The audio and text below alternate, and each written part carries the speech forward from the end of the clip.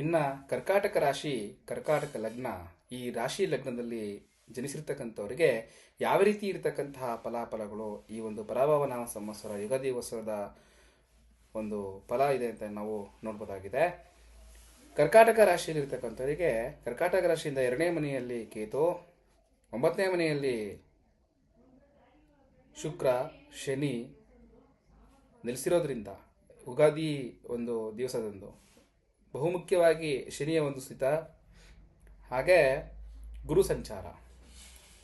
ಕರ್ಕಾಟಕ ರಾಶಿಗೆ ಜೂನ್ 1ನೇ ತಾರೀಕು ಗುರು ಸಂಚಾರ ಮಾಡ್ತಾನೆ. ಈ ರೀತಿಯಾಗಿರ್ಬೇಕಾದ್ರೆ ತನ್ನ ಗುರುಬಲವನ್ನು ಕಳ್ಕೊಳ್ಳುವಂಥದ್ದು ಕರ್ಕಾಟಕ ರಾಶಿಯಲ್ಲಿ ಇರತಕ್ಕಂಥ ತಟಸ್ಥವಾಗಿರ್ತಕ್ಕಂತಹ ಒಂದು ವಾತಾವರಣ ಇರ್ತದೆ. ಯಾವುದೇ ಒಂದು ಕೆಲಸ ಕಾರ್ಯಗಳಲ್ಲಿ ಅಥವಾ ಇನ್ಯಾವುದೇ ಒಂದು ವಿಚಾರಗಳಲ್ಲಿ ನೀವು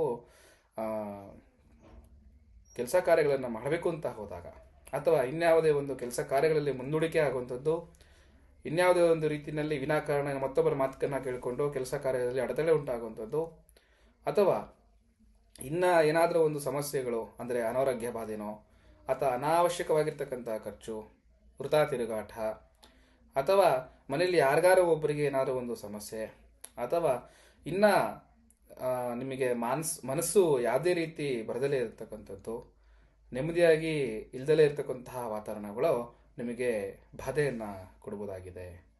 ಆದರೆ ಕರ್ಕಾಟಕ ರಾಶಿಯಿಂದ ಸಿಂಹರಾಶಿಗೆ ಗುರು ಪ್ರವೇಶ ಮಾಡುವಂಥ ಸಂದರ್ಭದಲ್ಲಿ ಇವೆಲ್ಲವೂ ಕೂಡ ಬದಲಾವಣೆಗೊಂಡು ನಿಮಗೆ ಯಶಸ್ಸು, ಆರೋಗ್ಯ, ಐಶ್ವರ್ಯವನ್ನು ಪಡೆಯುವಂಥದ್ದು ಆಗ್ತಾ ಹೋಗುತ್ತೆ.